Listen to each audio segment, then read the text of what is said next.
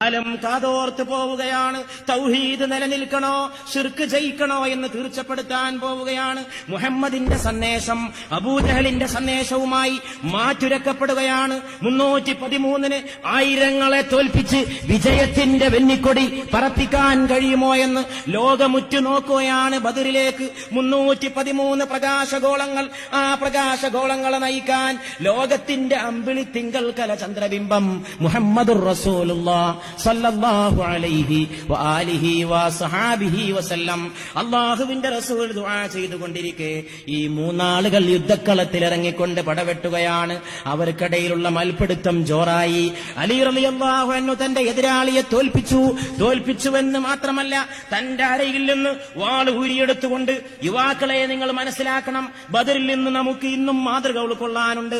ബദർ ആൺകുട്ടികളുടെ ചരിത്രമാണ്, ബദർ വീരന്മാരുടെ ചരിത്രമാണ്, ബദർ ശൂരന്മാരുടെ ചരിത്രമാണ്, ബദർ പോരാളികളുടെ ചരിത്രമാണ്, ബദർ വിപ്ലവകാരികളുടെ ചരിത്രമാണ്, ബദർ നായകന്മാരുടെ ചരിത്രമാണ്, ബദർ ഏറ്റുമുട്ടുന്നവരുടെ ചരിത്രമാണ്, ബദർ അടിക്കുന്നവരുടെ ചരിത്രമാണ്, ബദർ കൊല്ലുന്നവരുടെ ചരിത്രമാണ്, ബദർ ചോര നന്മയ്ക്ക് വേണ്ടി ചോര ചിന്തുന്നവരുടെ ചരിത്രമാണ്, ബദർ നന്മയ്ക്ക് വേണ്ടി ചോര കൊടുക്കുന്നവരുടെ ചരിത്രമാണ്, ബദർ നന്മയുടെ പ്രഭവ കേന്ദ്രമാണ്, ബദർ തിന്മയുടെ തകർക്കലിന്റെ കേന്ദ്രമാണ്, ബദർ വെളിച്ചത്തിന്റെ പ്രളയമാണ്, ബദർ ചൈതന്യത്തിന്റെ പ്രകർഷമാണ്, ബദർ നീതിയുടെ കേന്ദ്രമാണ്, ബദർ അനീതിയുടെ കണ്ട കോടാലിയാണ്, ബദർ ക്രമത്തിന്റെ നാദമാണ്, ബദർ അക്രമത്തിന്റെ ഉജ്ജ്വലമായ എതിർപ്പാണ്, ബദർ അരാജകത്വത്തിന്റെ എതിർപ്പാണ്, ബദർ മുഴുവനായ നീതിയുടെയും സത്യത്തിന്റെയും ആഹ്വാനമാണ്.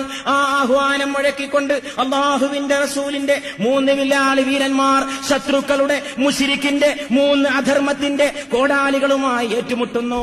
അലി റളിയല്ലാഹു അൻഹു തന്റെ ആയുധം ഊരിയെടുക്കുന്നു. ഒറ്റവെട്ടുകൊണ്ട് തന്റെ എതിരാളിയെ തകർത്തി. അലിയാണ് ഏറ്റവും വലിയ യുവാവെന്ന് അറബികൾക്കിടയിലെ പഴമൊഴി അലി റളിയല്ലാഹു അൻഹു സാർത്ഥകമാക്കുകയാണ്. ലാ ഫതൻ ഇല്ലാ അലി, അലിയെ കൂടാതെ ഒരു യുവാവില്ല. വലാ സൈഫ ഇല്ലാ ദുൽഫുഖാർ അല്ലാതെ ഒരു വാളില്ല എന്ന് അറബികൾ പറയാറുണ്ടായിരുന്നു. അലിയാണ് ധീരൻ, അലിയുടെ വാളാണ് യഥാർത്ഥ വാള്.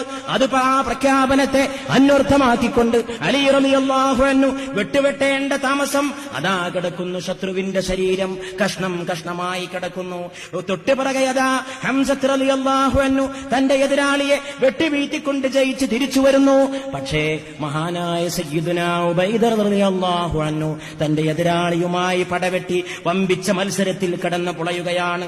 ഉബൈദ റളിയല്ലാഹു അൻഹുവിന് രക്ഷപ്പെടാൻ കഴിയാത്ത വിധം 3 മഹാന്മാര് പോർക്കളത്തിലിറങ്ങി. 2 ആള് ജയിച്ച് മടങ്ങി വന്നപ്പോൾ ഒരാള് ശത്രുവിന്റെ വെട്ടുകൊള്ളേണ്ട അവസ്ഥയിൽ കിടക്കുന്നു. അതാ അലി റളിയല്ലാഹു അൻഹു തന്റെ പ്രിയപ്പെട്ട സഹോദരനെ സഹായിക്കാൻ വേണ്ടി വാളുമായി ചെന്നുകൊണ്ട് ഉബൈദിനെ സഹായിച്ചുകൊണ്ട് എതിരാളിയെ വെട്ടുന്നു.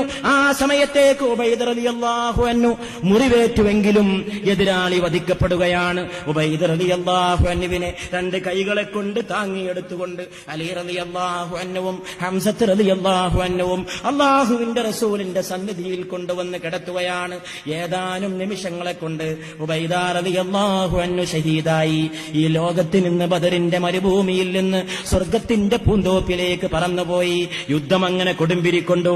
അവസാനം അബൂജഹൽ വരെ കൊല ചെയ്യപ്പെട്ടു. മലക്കുകൾ ആകാശത്ത് നിന്നിറങ്ങി. മലക്കുകൾ ഇറങ്ങി വന്ന സമയത്ത്, മലക്കുകളുടെ അനുഗ്രഹം വന്ന നേരത്ത് അതാ അബൂജഹൽ കൊല ചെയ്യപ്പെടുകയാണ്. ഏറ്റവും വലിയ എതിരാളിയായ അബൂജഹൽ കൊല ചെയ്യപ്പെട്ടതിന്റെ പിറകിൽ മലക്കുകളുടെ കൈയുണ്ടായിരുന്നുവെന്ന് ഇസ്ലാമിക ചരിത്രം പറയുകയാണ്. അബൂജഹൽ കൊല ചെയ്യപ്പെട്ട് കിടക്കുമ്പോൾ അബൂജഹലിന്റെ കഴുത്ത് മുഴുവൻ കരിവാളിച്ച്, സാധാരണ വാളുകൊണ്ട് വെട്ടേറ്റ പോലെയല്ല, ഒരസാധാരണമായ അക്രമമുണ്ടായ പോലെ, എന്തോ ഒരു കരിവാളിച്ച പോലെ ഒരു കറുത്തിരുണ്ട രൂപമായി അബൂജഹലിന്റെ കഴുത്തിന്റെയും തലയുടെയും ഭാഗം മാറിപ്പോയിരുന്നുവെന്നും ഇടിവെട്ടുന്ന മലക്കായ മീകായിൽ അലൈഹിസ്സലാമിന്റെ വെട്ടുകൊണ്ടാണ് അബൂജഹൽ വീണുപോയത് എന്നും മഹാന്മാരായ ആരിഫീങ്ങളും ഇസ്ലാമിന്റെ ചരിത്രകാരന്മാരും എഴുതി വെച്ചിരിക്കുകയാണ്. മലായിക്കത്ത് ചിറകുകൾ പറത്തിക്കൊണ്ട് റസൂലുള്ളാഹി സ്വല്ലല്ലാഹു അലൈഹി വസല്ലമയുടെ സത്യസന്ദേശത്തെ സഹായിക്കാൻ ബദറിന്റെ മരുഭൂമിയിലേക്ക് ഇറങ്ങി വന്ന ദിവസമാണ് പരിശുദ്ധമായ റമദാൻ 17. ആ റമദാൻ 17 അല്ലാഹുവിന്റെ റസൂലിന്റെ അടുക്കലേക്ക് ഇറങ്ങി വന്നുകൊണ്ട് മലായികത്ത് റസൂലുള്ളാഹി സ്വല്ലല്ലാഹു അലൈഹി വആലിഹി വസഹാബിഹി വസല്ലമയുടെ തിരുസന്ദേശത്തെ സഹായിച്ചു.